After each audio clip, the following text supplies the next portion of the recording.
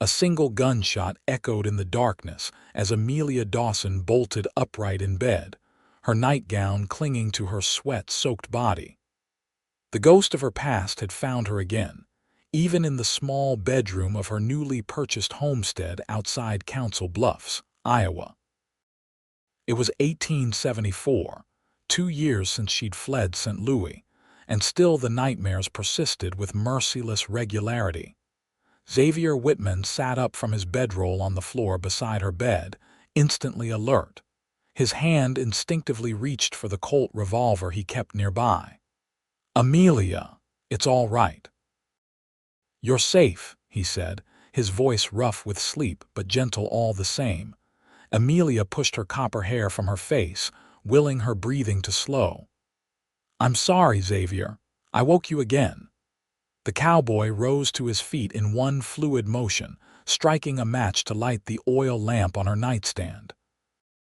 The warm glow illuminated his weather-worn face, revealing eyes that held no judgment, only concern. "Don't apologize," he said, pouring water from a pitcher into a cup. "Here." Amelia accepted the water with trembling hands. It had been 3 weeks since Xavier Whitman had found her unconscious beside her broken wagon, 5 miles outside of town. 3 weeks since this stranger had brought her to her homestead, and then, learning of her night terrors, refused to leave her alone. "They're getting worse," she admitted, her voice barely a whisper. Xavier nodded, settling back onto his bedroll. "Want to talk about it?" Amelia shook her head. She never talked about the nightmares, about the memories they dragged up from the depths of her mind. About Theodore Blackstone, the man she'd fled from, the man who'd vowed to find her.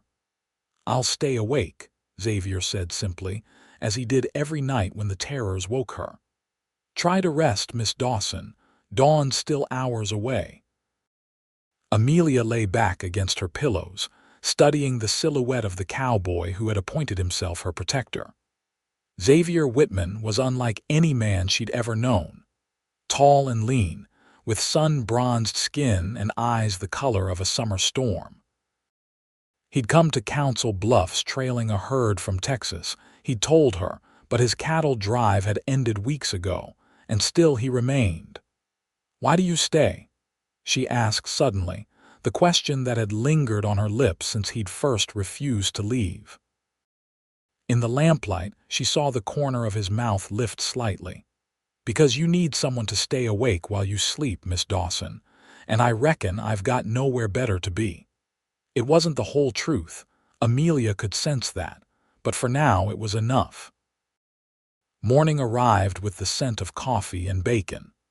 Amelia dressed quickly in a simple blue calico dress, pinning her hair up before making her way to the small kitchen.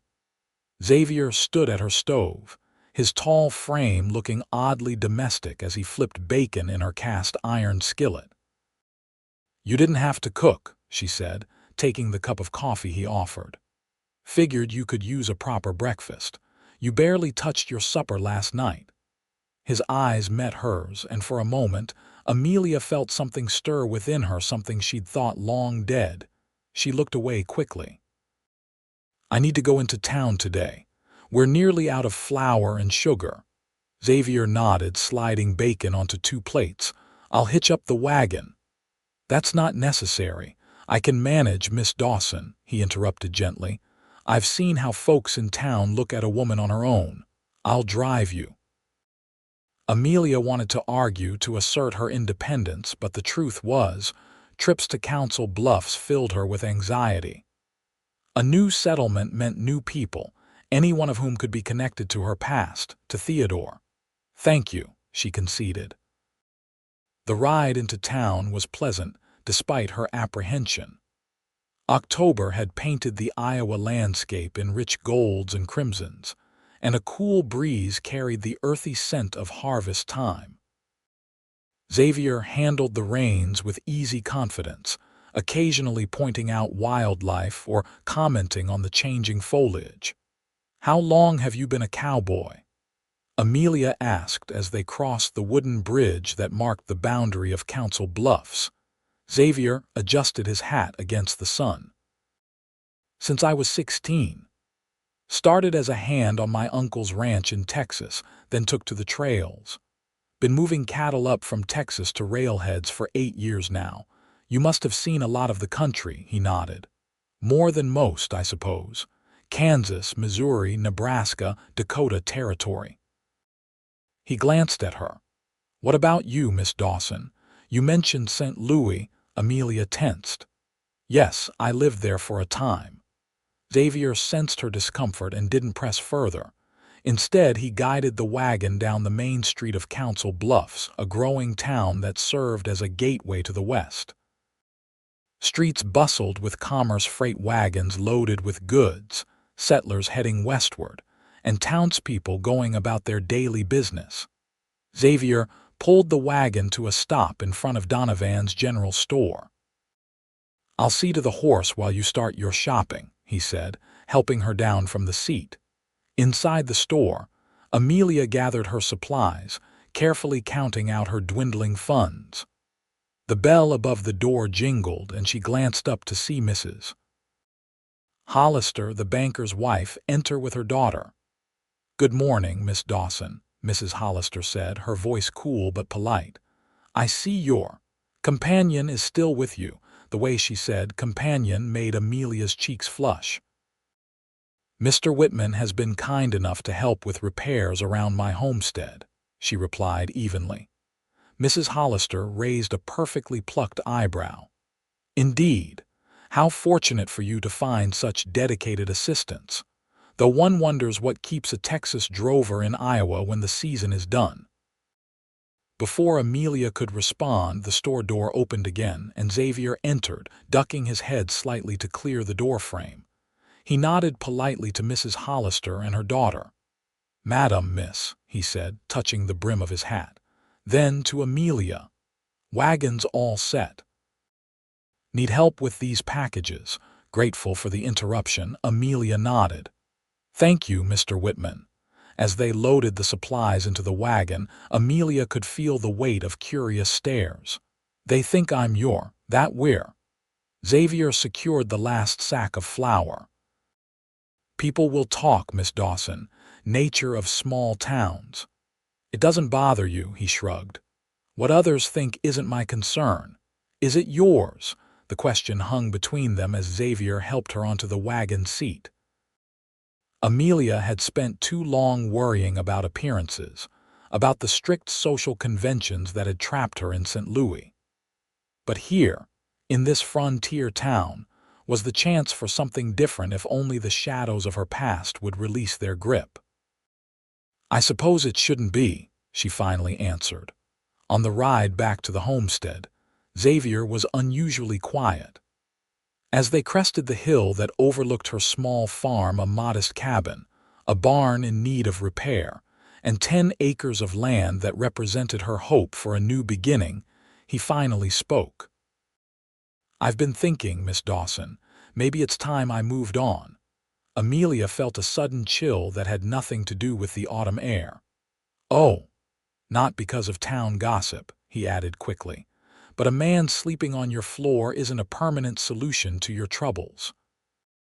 And what would you suggest as a permanent solution? She asked, trying to keep her voice steady. Xavier guided the wagon into the yard. That depends on what troubles you're running from. Amelia stiffened. What makes you think I'm running from anything? Xavier set the brake and turned to face her, his gaze direct. Folks don't wake up screaming every night unless something's chasing them. And a woman doesn't buy a remote homestead and try to work it alone unless she's hiding. You don't know anything about me, Amelia said, but the words lacked conviction. I know you're afraid. I know you check every rider that passes on the road. And I know that revolver you keep under your pillow isn't just for coyotes. His voice softened. I'm not asking you to tell me everything, Miss Dawson, but if I'm to help you, I need to know what we're up against. Amelia looked down at her hands, at the small scar across her palm, a permanent reminder of the price of trust. Why would you want to help me? You don't even know me. Xavier was quiet for a long moment. When he spoke, his voice held a resolve that made her look up. "Because I know what it's like to be haunted by your past, and no one should face those ghosts alone." The sincerity in his storm-gray eyes broke something loose inside Amelia. Not enough to spill all her secrets, but enough to acknowledge the truth in his words. "I need time," she whispered. Xavier nodded. "Time I've got plenty of, Miss Dawson, and I won't be moving on just yet." Relief washed over her, followed immediately by alarm at how much she'd come to depend on this man's presence. "We should unload these supplies before dark," she said, changing the subject. That night, after a simple supper of beans and cornbread, Amelia sat by the fire, mending a tear in one of her work dresses. Xavier cleaned his revolver at the table, the familiar ritual of disassembly and oiling somehow comforting in its routine. "Tell me about Texas," Amelia said, not looking up from her needle. Xavier's hands paused briefly before continuing their work. "What would you like to know? Anything. What's it like there?" He seemed to consider his words carefully. "It's big. Sky goes on forever. Land, too. There's parts so flat you can watch your dog run away for 3 days." A smile touched his lips at the old joke. "But the ranch where I grew up, near San Antonio, it had rolling hills, live oaks, creeks that would flood in spring and dry up by August." "You miss it," Amelia observed. "Parts of it." He reassembled his revolver with practiced efficiency. "But Texas has its own ghosts." Amelia's needle stilled. "What sort of ghosts?" Xavier holstered his weapon and leaned back in his chair. "War ghosts, mostly. I was young during the fighting, too young to join up, but old enough to see what it did to men who came back. My father didn't come back at all." "I'm sorry," Amelia said softly. Xavier shrugged. "It was a long time ago, but that's why I took to the trails. Too many memories in those hills." They sat in companionable silence for a while, the only sounds the crackling of the fire and the occasional call of a night bird outside. "My husband died 2 years ago," Amelia said suddenly, the words spilling out before she could reconsider. "That's why I left St. Louis." Xavier's gaze settled on her, patient and steady. "I'm sorry for your loss." Amelia set her mending aside, unable to concentrate any longer. "Don't be. Nathaniel Dawson was not a kind man." The admission felt like stepping off a cliff. "Our marriage was difficult." Understanding darkened Xavier's eyes. "The nightmares." It wasn't a question, but Amelia nodded anyway. "They started before he died. They should have stopped after, but some wounds take longer to heal," Xavier finished for her. "Yes." It wasn't the whole truth, not by far, but it was more than she'd told anyone since arriving in Council Bluffs. Xavier didn't press for more, and Amelia was grateful. Instead, he rose and added another log to the fire. "Thank you," she said, "for listening, and for staying." He nodded once, acknowledging her gratitude without making her feel indebted. "We should turn in. Morning comes early." As Amelia lay in bed that night, listening to Xavier's steady breathing from his bedroll near the door, she wondered at the strange turn her life had taken. 2 years of running, of looking over her shoulder, of starting over only to flee again when rumors of Theodore Blackstone's inquiries reached her. Council Bluffs was meant to be just another temporary stop. But for the first time since fleeing St. Louis, Amelia found herself wanting to stay. The weeks that followed fell into a rhythm. Days were filled with the work of preparing the small farm for winter, repairing the barn roof, splitting firewood, smoking meat, and preserving the last of the garden harvest. Xavier proved as skilled with a hammer and saw as he was with horses, and the homestead began to take shape under their combined efforts. Nights remained challenging. Amelia's nightmares continued, though perhaps with less frequency. Each time she woke gasping for breath, Xavier was there, a steady presence in the darkness, keeping watch until she could return to sleep. What began as awkward cohabitation gradually evolved into something like friendship. They shared meals and stories. Xavier told tales of cattle drives and frontier towns, while Amelia spoke of her childhood in Pennsylvania before her parents' death had sent her to live with distant relatives in St. Louis. She was careful never to mention Theodore Blackstone, her late husband's business partner, or the threats he'd made after Nathaniel's death. Some secrets were still too dangerous to share. It was during the first snowfall of the season that everything changed. Amelia stood at the window, watching fat flakes drift from a slate-gray sky, when the sound of approaching hoofbeats made her freeze. A rider was coming up the path to her homestead, a stranger on a dappled gray horse. "Xavier," she called, her voice tight with alarm. He was beside her in an instant, his hand resting casually near his holster as he peered through the window. "Stay inside," he said, moving toward the door. Amelia's heart hammered against her ribs as she watched Xavier step onto the porch, his posture relaxed but alert. The rider, a man in a long coat with a badge pinned to his chest, reined his horse to a stop in the yard. "Afternoon," Xavier called. "Something I can help you with?" "Looking for the owner of this property," the man replied. "Got some questions about the deed." "That would be Miss Dawson." "I work for her." Xavier's voice revealed nothing of the tension Amelia could see in the set of his shoulders. "She's not receiving visitors today." The man, a sheriff or marshal by the look of his badge, dismounted slowly. "This is official business, mister. I need to speak with Amelia Dawson." Hearing her name in the stranger's mouth sent a chill through Amelia. Had Theodore found her? Was this man here on his behalf? Her fingers curled around the small revolver she'd retrieved from her bedroom. "Like I said," Xavier continued evenly, "Miss Dawson isn't available. But I'd be happy to relay a message." The lawman studied Xavier for a long moment, then glanced at the house behind him. "Tell her Sheriff Mills from Council Bluffs needs to verify her property claim. There's been some questions raised about the legitimacy of the sale." Amelia's breath caught. The property purchase had been conducted through a lawyer in Omaha, using the last of her savings and a different name, if someone was questioning it now. "I'll let her know," Xavier said. "She'll come to your office when she's able." Sheriff Mills didn't look pleased, but after a tense silence he nodded. "See that she does. Soon." He remounted his horse.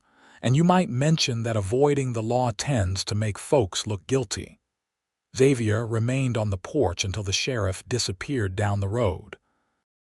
When he returned inside, his expression was grim. "You heard?" he asked. Amelia nodded, still clutching her revolver. "Someone's asking questions about my property, about me. Seems that way." Xavier moved to the fireplace, adding another log to the dwindling flames. "Want to tell me what that's really about?" Amelia sank into a chair, suddenly exhausted.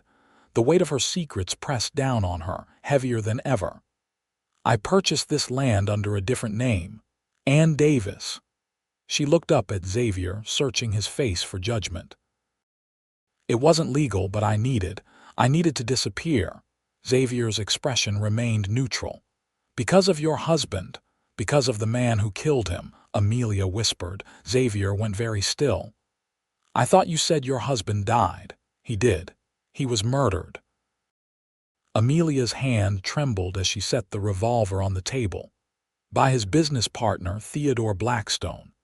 Xavier sat across from her, his storm-gray eyes intent on her face. "Tell me everything, Amelia. No more half-truths." And so she did.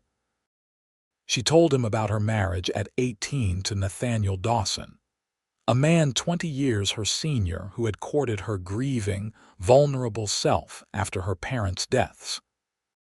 She spoke of the gradual revelation of Nathaniel's true nature, the drinking, the rage, the bruises she hid beneath high collars and long sleeves.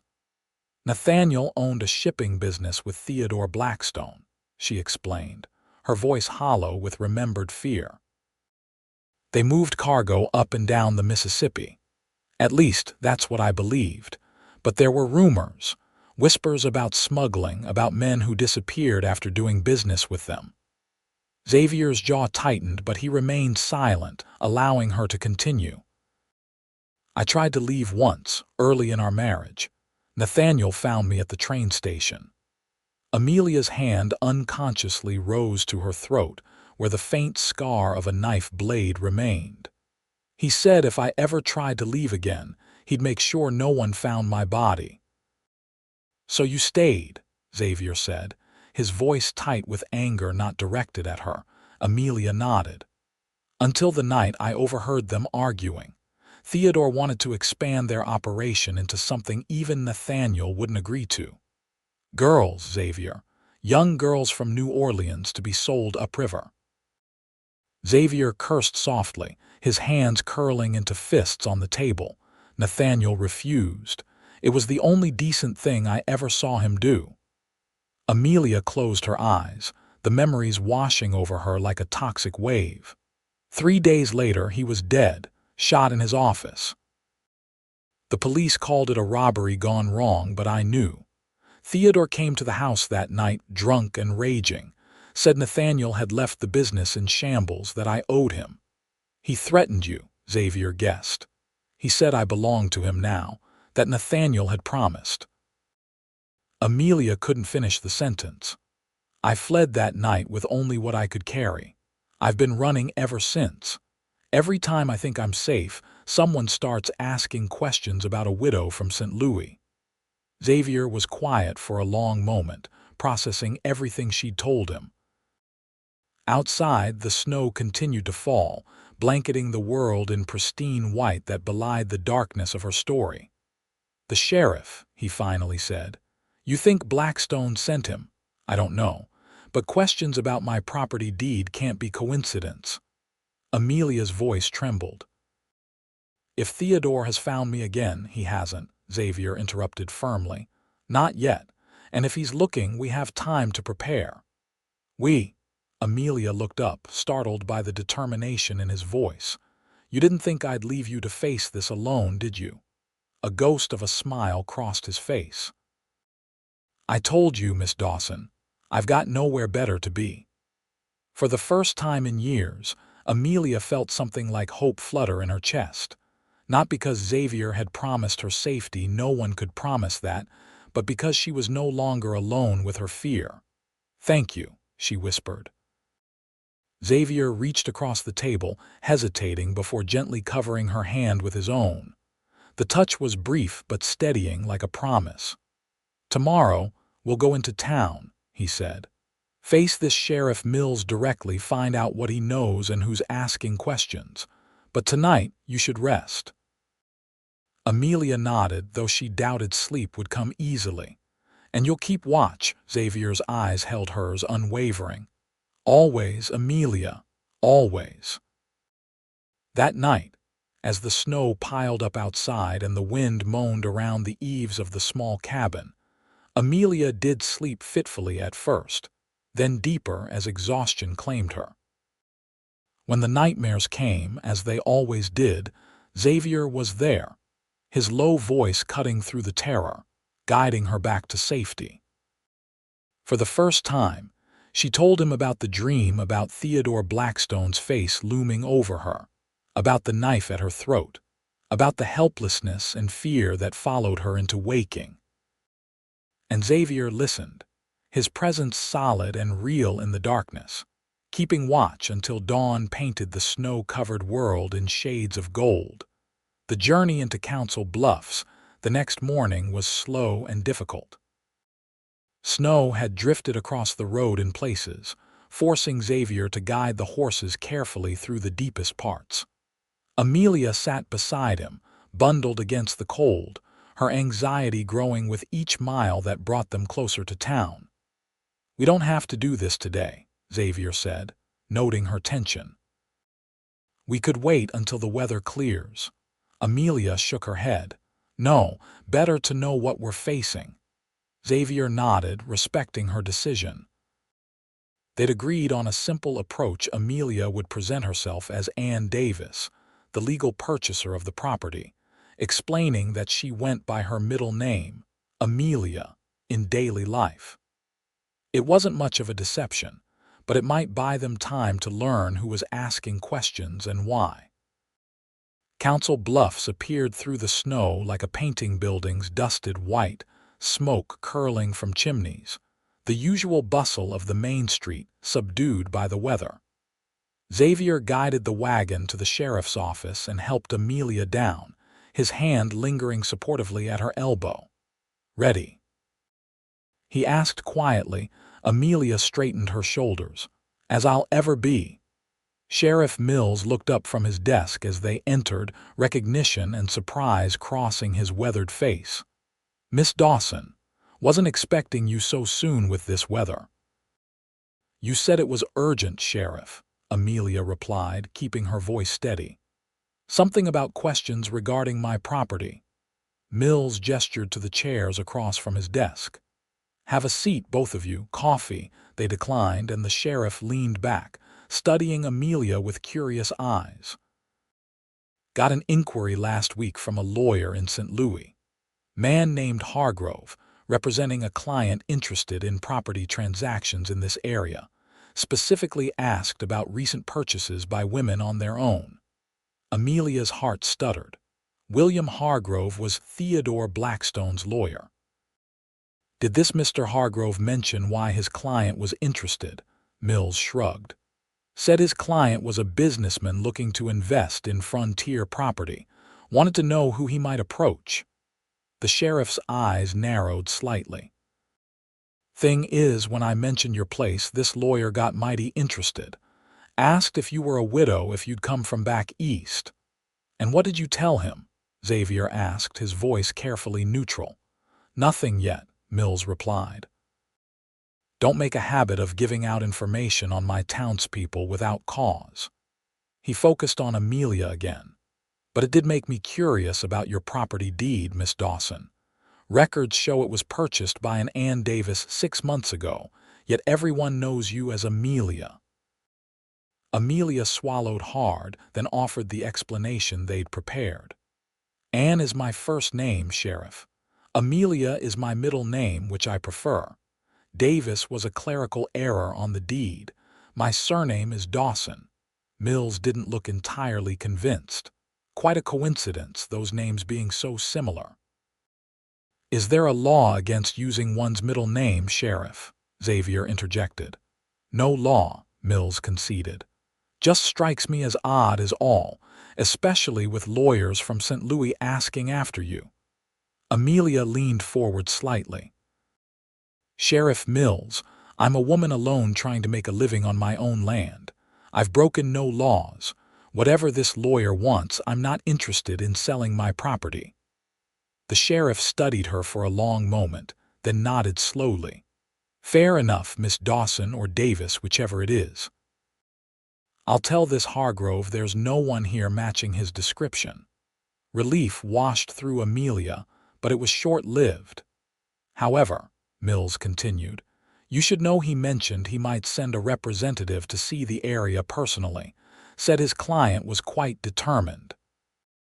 Xavier's hand found Amelia's, squeezing gently in reassurance. "Thank you for the warning, Sheriff. We'll keep that in mind." As they left the sheriff's office, Amelia felt lightheaded with fear. "He's coming," she whispered.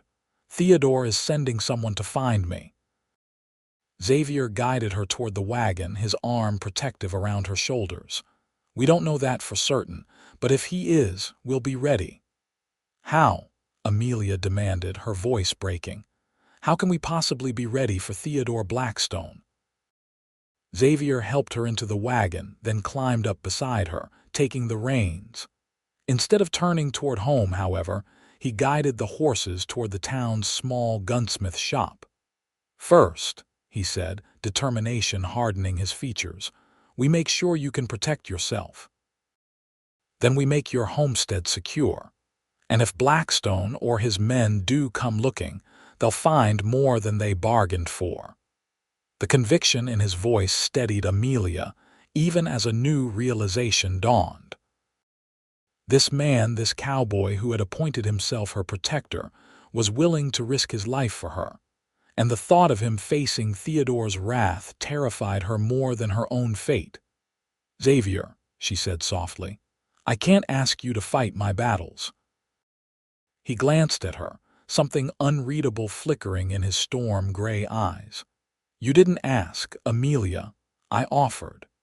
He guided the wagon to a stop outside the gunsmith's, and some battles are worth fighting. In the days that followed, Xavier transformed Amelia's homestead into a fortress of sorts. He reinforced doors and window shutters, established clear sightlines around the property, and set up an old cowbell alarm system along the approach road. Inside, he showed Amelia how to use the new Winchester rifle he'd purchased, patiently correcting her stance and aim until she could hit a can from 20 paces. More importantly, he taught her not to hesitate. "If Blackstone or his men come," Xavier told her one evening as they cleaned their weapons by the fire, "you don't wait, you don't try to reason, you defend yourself, Amelia, promise me." The intensity in his gaze made her heart skip. "I promise." Winter settled fully over Iowa, burying the landscape in snow and ice. December arrived with howling blizzards that kept them homebound for days at a time. In the forced intimacy of the small cabin, Amelia found herself noticing things about Xavier she'd overlooked before the way firelight caught the silver at his temples. How his hands, rough from years of work, could be surprisingly gentle when tending to a task that required finesse. The low timbre of his laugh on the rare occasions she managed to amuse him. More and more, she found herself watching him when he wasn't looking, wondering at the man who had inserted himself so completely into her life, who had become, in just a few months, essential to her sense of safety and peace. One evening, as a particularly fierce storm rattled the windows, Amelia worked up the courage to ask the question that had lingered since their first meeting. "Why did you really stay that first night, Xavier? After you brought me home from where my wagon broke down, you could have left then." "You didn't know me." Xavier looked up from the book he was reading, surprise momentarily crossing his features. Then his expression softened. "I told you, you needed someone to stay awake while you slept. But how did you know that?" Amelia pressed. "What made you decide I needed protection?" Xavier closed his book, considering his words carefully. "That first night after I brought you home, you fell asleep at the table. You were exhausted from being out in the sun from the journey." He paused. "You had a nightmare then, called out in your sleep, begged someone not to hurt you." Amelia's cheeks burned with embarrassment. "I don't remember that." "You wouldn't. You never fully woke." Xavier's gaze was gentle. "When I tried to rouse you, to get you to your bed, you grabbed my wrist and asked me not to leave, said he would find you if you were alone." "And you stayed," Amelia whispered, "for a stranger." "I know what fear looks like, Amelia. I've seen it often enough." His voice roughened slightly. "And I know what men like your Theodore Blackstone are capable of. I couldn't just ride away." Something in the way he spoke made Amelia think there was more to his story than he was sharing. "You faced men like him before." It wasn't a question, but Xavier nodded anyway. "During my first cattle drive north, Kansas, 1868, town called Abilene." His jaw tightened at the memory. "Man named Decker ran most of the businesses there, saloons, gambling halls, brothels. Had the marshal in his pocket, too." "What happened?" Amelia asked softly. "He took a liking to one of the girls who worked for him. Young thing, couldn't have been more than 16. She didn't return his interest." Xavier's eyes darkened with old rage. "Found her beaten half to death in an alley behind his saloon. Me and some of the other drovers, we got her out of town, sent her east on a train with enough money to start over." "And Decker?" Xavier was silent for a moment. Let's just say he won't hurt anyone else." The implication hung in the air between them. Amelia should have been frightened by the admission, but instead she felt oddly comforted. This man understood the darkness she fled from because he'd faced his own version of it. "I'm glad you stayed," she said finally. Xavier's gaze met hers across the room, something unspoken passing between them. "So am I." As December gave way to January and 1874 became 1875, Amelia's nightmares began to change. Theodore Blackstone's face still haunted her dreams, but now there was something new, a sense that she wasn't facing him alone. Sometimes she woke to find Xavier already beside her bed, his hand steady on her shoulder, guiding her back from the terrifying landscapes of her mind. It was after one such night, as dawn broke cold and clear over the snow-covered plains, that Amelia finally acknowledged the truth to herself. She was falling in love with Xavier Whitman. Perhaps had been falling since that first day when he'd refused to leave her alone with her fears. The realization should have frightened her. After Nathaniel, after Theodore's threats, she had vowed never to give another man power over her heart or her future. Yet here she was, drawn to this quiet, steady cowboy who asked for nothing but gave everything.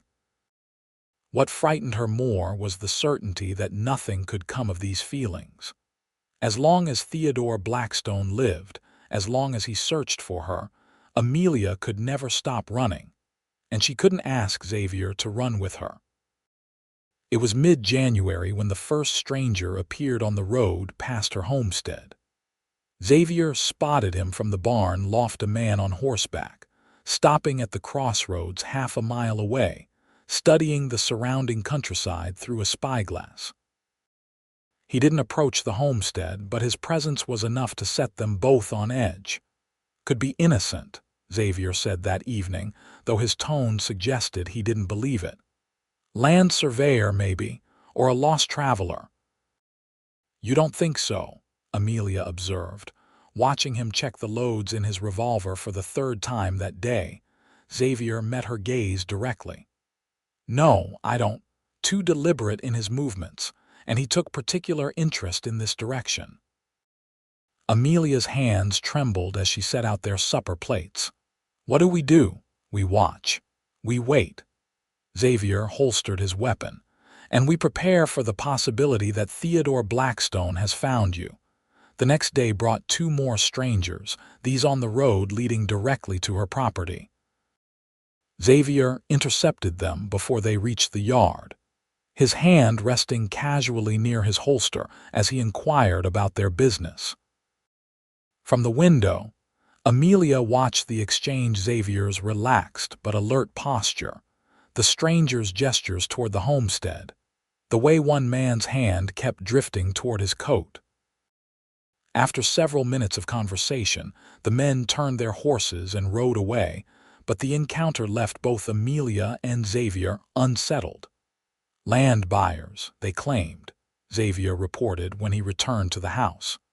"Said they'd heard a widow might be interested in selling her property." "Did you believe them?" Xavier shook his head.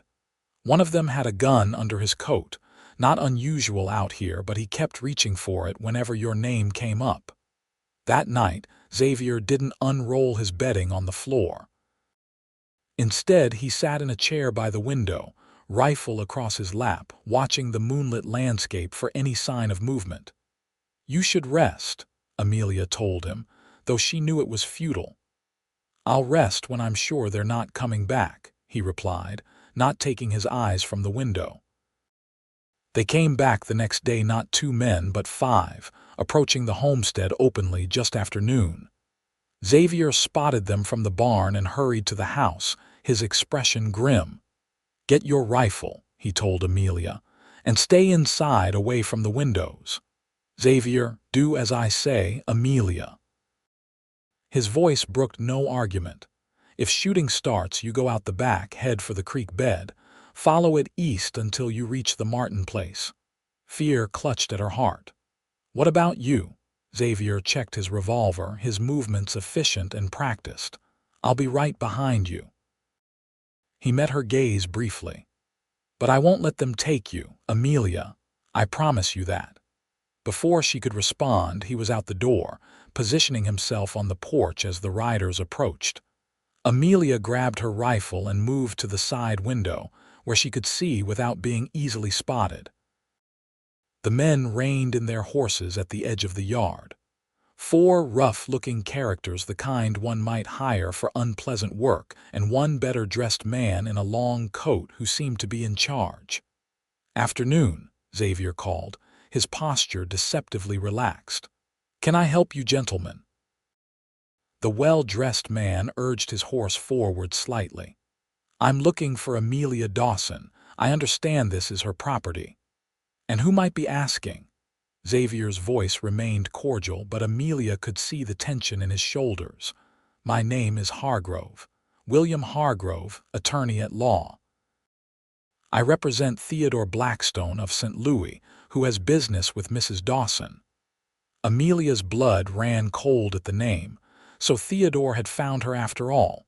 "No one by that name here," Xavier replied evenly. "This property belongs to Ann Davis." Hargrove smiled, the expression not reaching his eyes. "Mr. Blackstone has reason to believe Ann Davis and Amelia Dawson are one and the same. A woman matching her description purchased this land 6 months ago, shortly after Mrs. Dawson disappeared from St. Louis." He gestured expansively. "Mr. Blackstone merely wishes to speak with her regarding some unfinished business."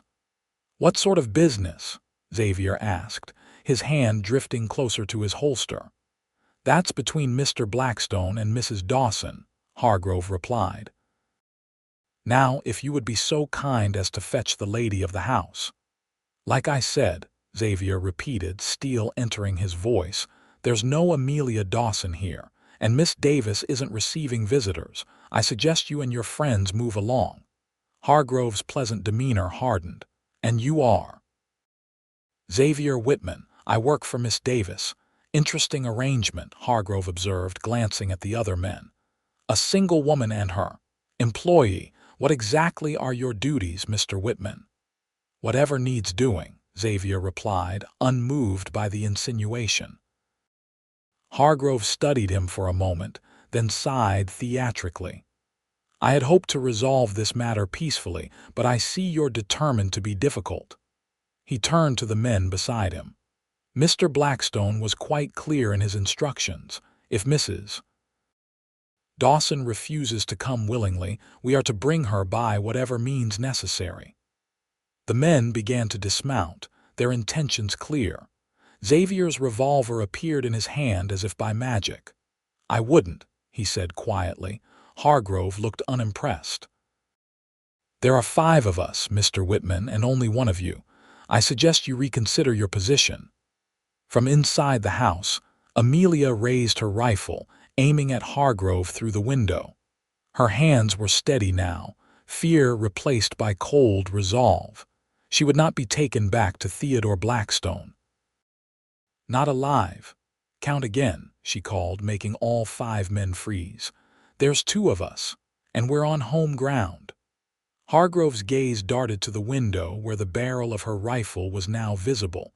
His confident expression faltered slightly. "Mrs. Dawson, I presume," he said. "Mr. Blackstone will be pleased to know we've found you." "Mr. Blackstone can go to hell," Amelia replied evenly. "And so can you. This is my property and you're trespassing. Leave now, or I'll consider it a threat." One of the rough men spat on the ground. "We ain't afraid of no woman with a gun she probably can't even shoot." "Maybe not," Xavier agreed, his revolver unwavering. "But I expect you're smart enough to be afraid of me. And I guarantee the first man who makes a move toward this house won't live to regret it." A tense silence fell over the yard. Amelia could see the calculation in Hargrove's eyes, weighing the odds, determining if Blackstone's payment was worth the risk of dying in this remote homestead. "We'll go," Hargrove finally said, raising his hands in a gesture of surrender. For now. But Mr. Blackstone is a determined man, Mrs. Dawson. He'll come himself if he has to. Then he'll meet the same welcome you did, Amelia answered, surprised by the steadiness of her own voice. Hargrove nodded to his companions, and they remounted their horses. "This isn't over," he said as they turned to leave. "Mr. Blackstone always collects what he's owed." They watched until the 5 men disappeared down the road, then Xavier came inside, his face grim. "They'll be back," he said without preamble. "With more men, probably." Amelia lowered her rifle, suddenly exhausted. "I know. We should leave," Xavier continued, moving to the window to scan the horizon. "Tonight, while we still can. Head west, maybe, or north into Dakota Territory."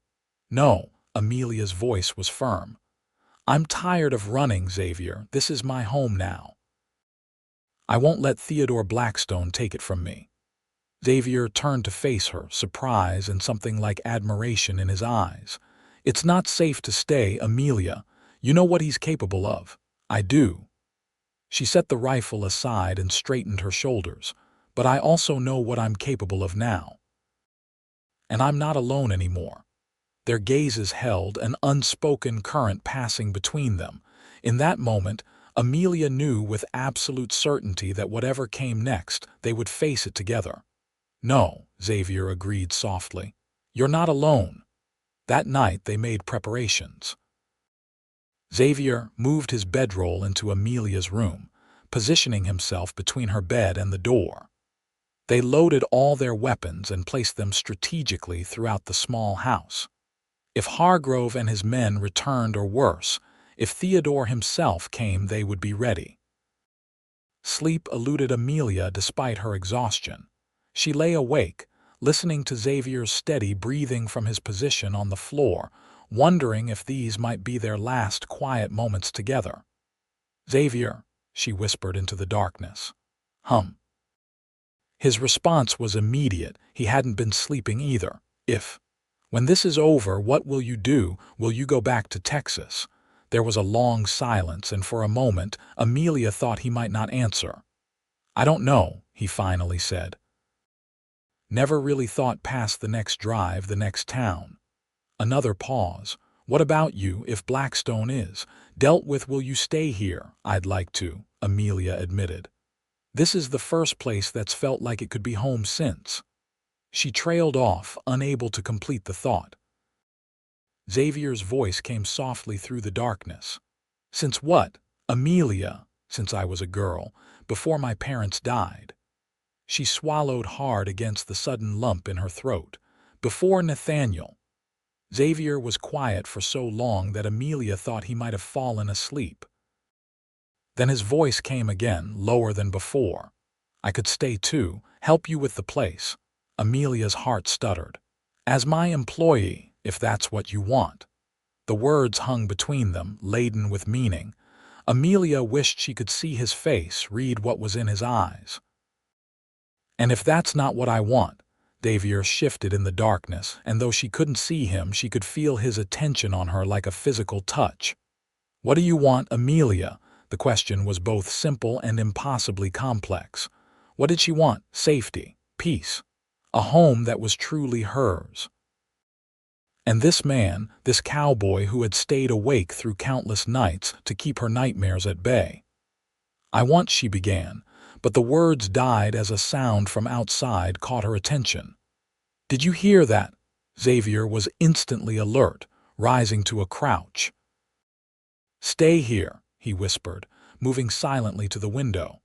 Amelia reached for her revolver, heart pounding as Xavier peered cautiously through a crack in the shutters. A long moment passed before he relaxed slightly. "Just the wind," he said, though he didn't return to his bedroll.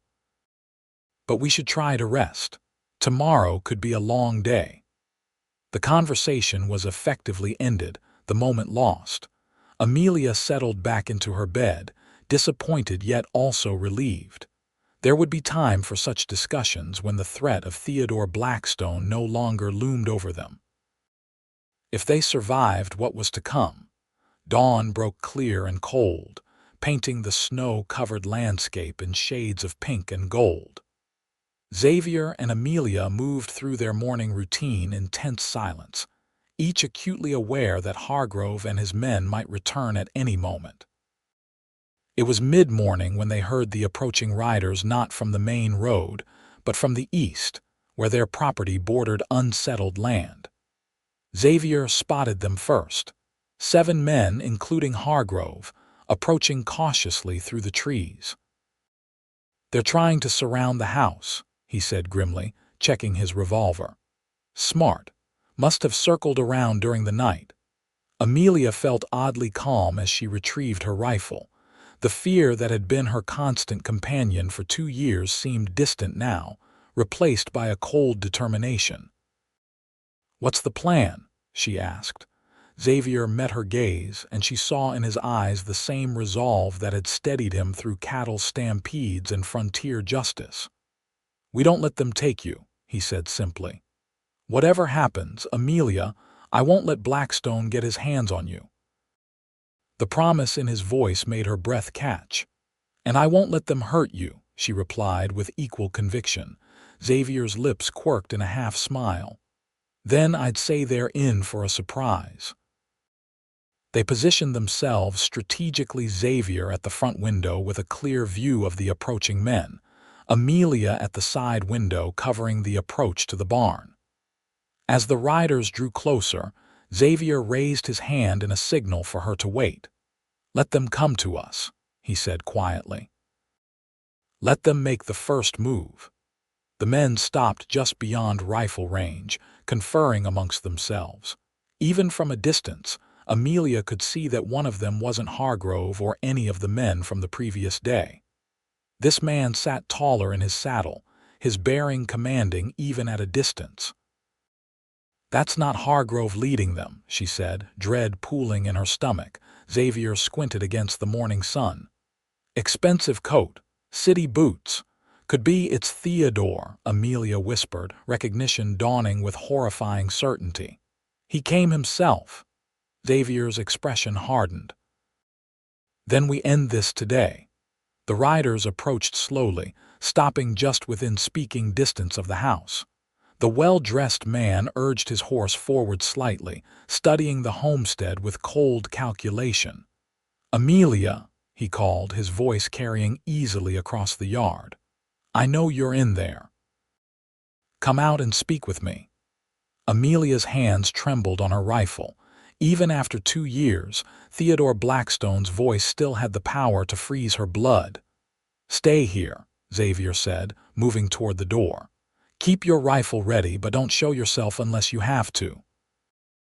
"Xavier, trust me," he said, his gaze intense. "I've got a plan." Before she could argue, he was on the porch, revolver holstered but hand resting near it. "Mr. Blackstone, I presume," he called. "You're trespassing on private property." Theodore Blackstone was a handsome man in his 40s, with dark hair graying at the temples and the kind of refined features that spoke of old money and privilege. But his eyes were cold, assessing Xavier with the detached interest of a man evaluating livestock. "And you would be the hired help," Blackstone replied, his voice dripping with condescension. "Hargrove mentioned you were protective of Mrs. Dawson." "Miss Davis," Xavier corrected evenly. "This property belongs to Ann Davis." Blackstone smiled, the expression not reaching his eyes. "Let's not play games, Cowboy. We both know Amelia is in there. I've come a long way to speak with her about some unfinished business." "What sort of business would that be?" Xavier asked, his posture relaxed but alert. "Family business," Blackstone replied. "Amelia's late husband, Nathaniel, was my partner. His death left certain matters unsettled." "Matters like who put the bullet in him?" Xavier's voice was conversational, but the accusation hung in the air like gunsmoke. Blackstone's smile disappeared. "You've been listening to tall tales, Cowboy." "Nathaniel was killed by robbers, a tragedy the police in St. Louis investigated thoroughly." "Is that right?" Xavier took a step forward. Strange how those robbers never took anything valuable. Strange how you showed up at his widow's door that same night, claiming she belonged to you now." A muscle twitched in Blackstone's jaw. Amelia has quite the imagination, and a talent for wrapping men around her finger, it seems. From her position at the window, Amelia watched the exchange with growing unease. Xavier was deliberately provoking Blackstone, drawing his attention and anger. "But why? Here's what's going to happen," Blackstone continued, his voice hardening. "Amelia is going to come out here and return to St. Louis with me, where she will sign over Nathaniel's assets as she should have done 2 years ago. In return, I'll let you live." He gestured to the men around him. "My associates are quite efficient at their work." Xavier appeared to consider this for a moment. Then, to Amelia's horror, he drew his revolver, not pointing it at Blackstone, but holding it loosely at his side. "I've got a counter-offer," he said calmly. "You and your associates ride away now. Never come back. Never look for Amelia again. In return, I'll let you live." One of Blackstone's men laughed outright. Another reached for his gun, but Blackstone himself remained unnervingly composed. "Brave words from a man outnumbered 7-1, he observed. "But I've indulged this conversation long enough." He nodded to the men beside him. "Bring me Amelia. Kill him if he interferes." Everything happened at once. As Blackstone's men dismounted, reaching for their weapons, Xavier fired a single shot into the air, not at the men. Amelia realized with sudden understanding, but as a signal. In the next instant, the sound of a rifle shot cracked from the direction of the barn, and one of Blackstone's men fell with a cry of pain, clutching his shoulder. Confusion erupted among the remaining men as another shot rang out from behind them, from the direction of the road. A third shot came from the trees to the west. "What the hell?" one of the men shouted, spinning frantically to locate the unseen attackers. Xavier hadn't moved from the porch, his revolver now trained steadily on Theodore Blackstone. "Like I said," he remarked conversationally, "you should ride away while you still can."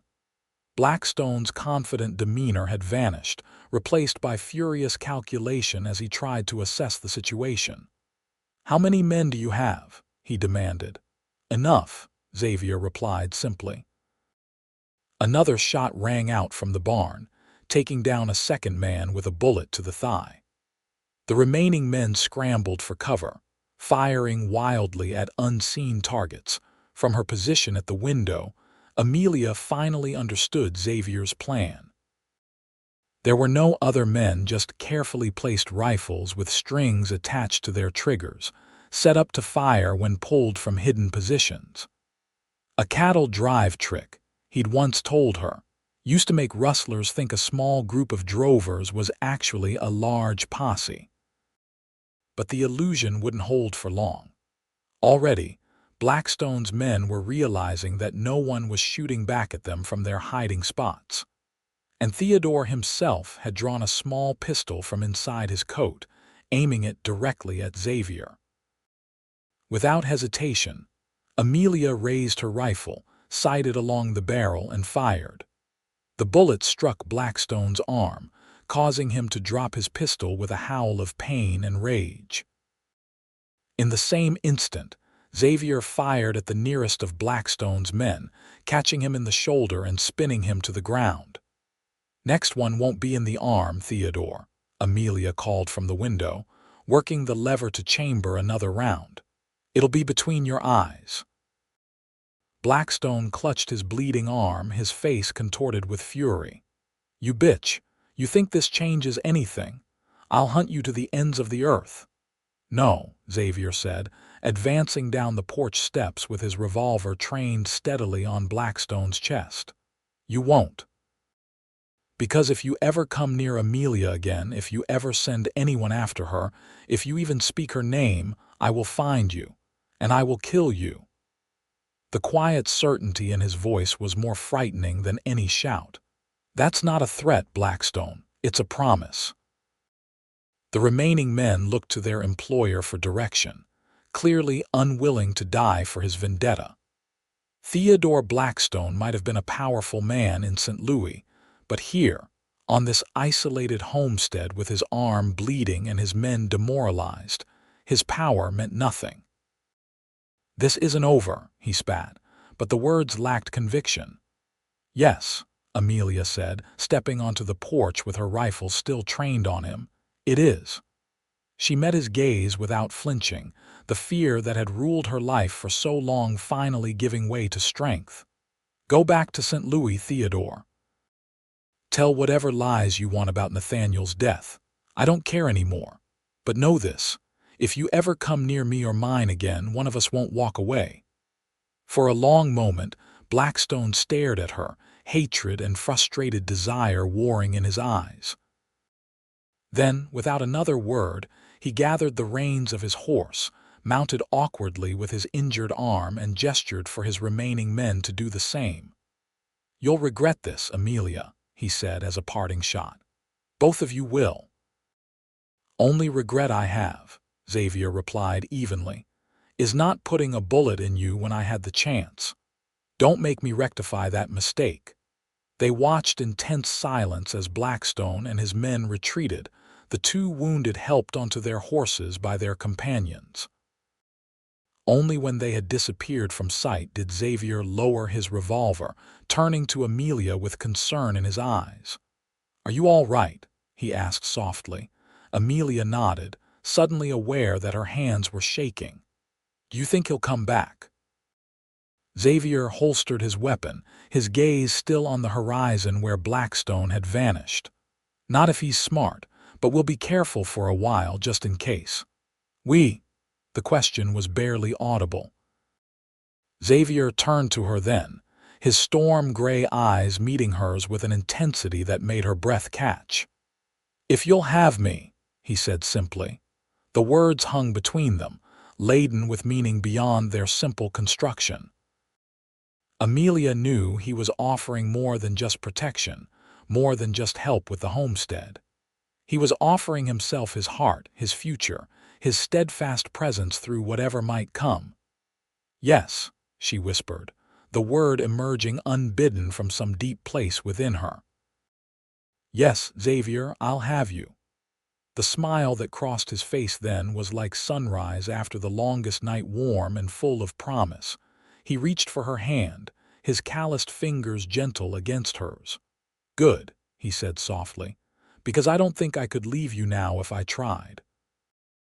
That night, for the first time since Xavier had come into her life, Amelia didn't dream of Theodore Blackstone or Nathaniel Dawson. She didn't wake gasping for breath, haunted by memories of cruelty and fear. Instead, she slept peacefully, secure in the knowledge that the man beside her now in her bed, rather than on a bedroll on the floor, would keep watch through the night. But not because she needed him to anymore, because he wanted to. Because that's what love looked like for them, a steady presence in the darkness, a promise of safety that went beyond the physical, a commitment to face whatever came together. When dawn broke, painting the snow-covered landscape in shades of pink and gold, Amelia woke to find Xavier already awake, watching her with a tenderness that made her heart ache. "No nightmares?" he asked softly, brushing a strand of copper hair from her face. Amelia shook her head, amazed by the realization. "No nightmares." Xavier smiled, the expression transforming his weathered features. "Maybe they're finally letting you go. Or maybe you've chased them away," she replied, reaching up to trace the line of his jaw. "Thank you, Xavier." "For everything." He caught her hand, pressing a kiss to her palm. "No need to thank me, Amelia. I'm right where I want to be." As spring thawed the frozen Iowa landscape, transforming white fields into seas of green, Amelia and Xavier were married in a simple ceremony in Council Bluffs. Sheriff Mills stood as witness, along with the Martins from the neighboring farm, who had become friends and allies in the months since Theodore Blackstone's departure. They received word, through Sheriff Mill's law enforcement connections, that Blackstone had returned to St. Louis and seemed content to remain there. Whether it was Xavier's warning or simply the realization that Amelia wasn't worth the trouble, they couldn't be sure. But as months passed without incident, the shadow of fear that had hung over Amelia for so long began to fade. The nightmares didn't disappear entirely. On occasion, she still woke in the darkness, heart racing from some half-remembered terror. But Xavier was always there, his arms around her, his voice a steady anchor in the storm of her memories. "I've got you," he would whisper, holding her close until her breathing steadied. "You're safe, Amelia, I promise." And she was, not just because Xavier Whitman had appointed himself her protector, but because she had found her own strength in facing down the demons of her past, in choosing to stay and fight rather than run again, in building a life with a man who saw her scars and loved her not despite them, but as an integral part of who she was. By the time their first child was born, a son they named James, after Xavier's father, Amelia could go weeks without a single nightmare. And when their daughter Elizabeth arrived 2 years later, the terrors had become so rare that they were almost a surprise when they occurred. Life on the homestead was never easy. The Iowa winters were harsh, the summers sometimes brutally hot. There were crop failures and illnesses, financial worries, and the 1,000 natural challenges of frontier life. But there was also joy in watching their children grow, in seeing the farm flourish under their care, in the quiet moments beside the fire when Xavier would pull out his harmonica and play the trail songs he'd learned as a young drover. And every night before they slept, Xavier would kiss her and whisper, "Sleep well, my love. I'll keep watch." It became their ritual, a reminder of how they had begun and how far they had come. A promise that whatever the darkness might bring, they would face it together. 10 years after Theodore Blackstone had come to their homestead, news reached Council Bluffs that he had died in St. Louis not by violence, but from a fever that had swept through the city that summer. Amelia received the news with a strange sense of detachment, as if hearing about the death of a stranger rather than the man who had once been the focus of her greatest fears. That night, as she and Xavier sat on their porch watching the sunset paint the sky in shades of orange and purple, their children playing in the yard before bedtime, Amelia felt the last weight of her past finally lift. "He's gone," she said quietly, knowing Xavier would understand without explanation. Xavier nodded, his hand finding hers. "Does it change anything for you?" Amelia considered the question, watching as James chased his sister around the big oak tree they had planted the year after their marriage. "No," she replied honestly. "I stopped giving him power over my life a long time ago." Xavier smiled, the expression crinkling the corners of his eyes, now lined with a decade of Iowa weather and parenthood. "Good." He brought her hand to his lips, pressing a kiss to her knuckles. "Because the life we've built here was never about him. It was always about us. About you staying awake to keep me safe," Amelia added, a smile touching her own lips at the memory. "About finding someone worth staying awake for," Xavier corrected gently. As darkness fell and they called the children in for bed, Amelia realized that the nightmares that had once defined her nights were now just a distant memory replaced by dreams of the future, of watching their children grow, of growing old together on this land that had truly become home. That night, as they had every night for the past decade, Xavier pulled her close and whispered, "Sleep well, my love. I'll keep watch." And Amelia, secure in the knowledge that some promises never needed to be broken, closed her eyes and surrendered to peaceful dreams, her cowboy's steady heartbeat beneath her ear the only lullaby she would ever need.